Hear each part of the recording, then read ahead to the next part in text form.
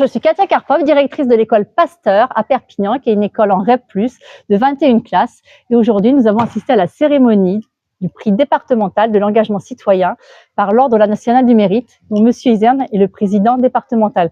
Gérard, je te laisse présenter la cérémonie.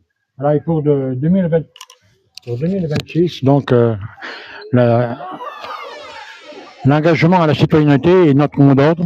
Et donc, nous avons décidé au niveau du comité de remettre le premier prix départemental de l'engagement à la citoyenneté à l'école pour l'engagement vis-à-vis des jeunes sourds et normaux, des élèves. Voilà. Et donc, nous félicitons vivement Monsieur Cédric Pontou pour son engagement et la directrice pour son dynamisme et sa volonté de bien faire. Et oui, les prix citoyens, c'est important.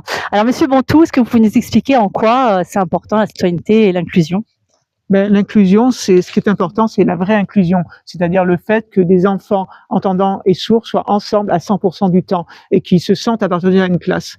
De manière, pour qu'un enfant soit bien dans une classe, il faut qu'il ait un sentiment d'appartenance. Et si effectivement on met des inclusions à mi-temps ou même à 25%, les enfants ils se sentent pas appartenir à une classe. Donc c'était ça qui était vraiment important au travers du PEJS, ce qui soit à égalité avec les enfants entendants.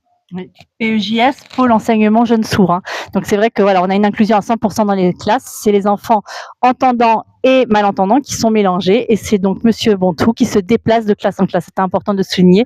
Et voilà, et ce prix, tu le mérites. Voilà, tu es un collègue en or. Et c'est vrai que c'est important de faire rayonner ça au-delà de l'école. On est quand même une école publique de la. Dire qu'en fait, si on veut vraiment faire en sorte qu'il y ait des futurs citoyens dans l'avenir, il faut vraiment que les enfants ils aient les mêmes droits, qu'ils soient sourds, qu'ils soient entendants, qu'ils soient handicapés.